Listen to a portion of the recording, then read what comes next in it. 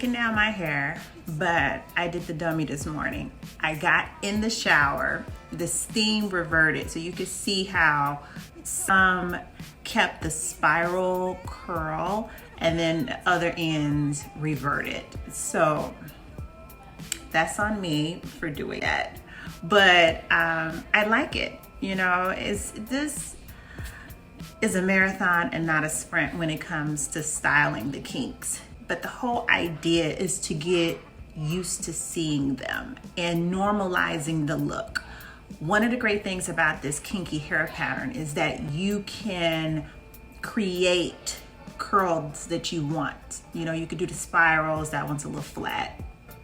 This one is a little more of a spiral than some of the other spots in my head. Now, even though there's asymmetry here and the curl patterns are different throughout my head, what we're gonna find when it comes to type 4 hair, that when we do a twist out or a braid out, and by the way, this was a 2-strand twist with the Flexi-Rods.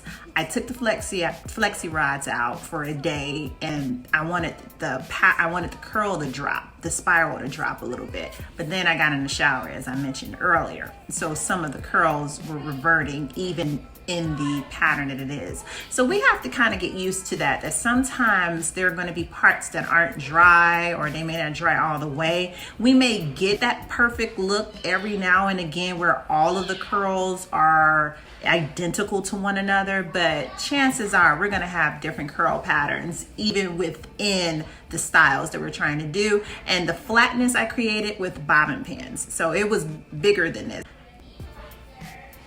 I certainly don't want you all to think that you can't get curl patterns that are symmetrical or where they're all the same throughout our head. But sometimes when it comes to really thick, kinky, curly hair, waiting on it to dry, we sometimes skip a step there. So if you can wait for it to dry, you can totally get that pattern throughout your head. So I don't want you guys to think that every time is gonna be a fail. That's not true.